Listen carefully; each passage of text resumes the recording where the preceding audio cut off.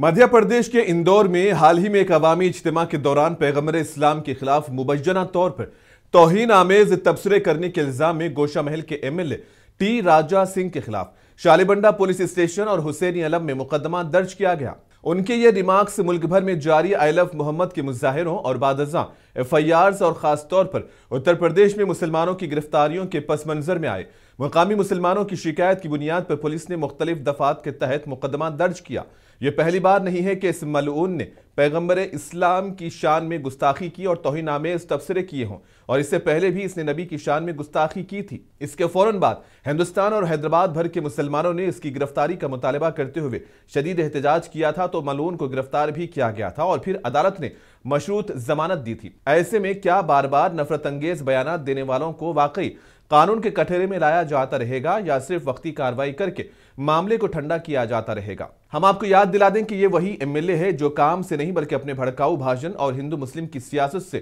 ملک میں نفرت پھیلانے کے لیے مشہور ہے۔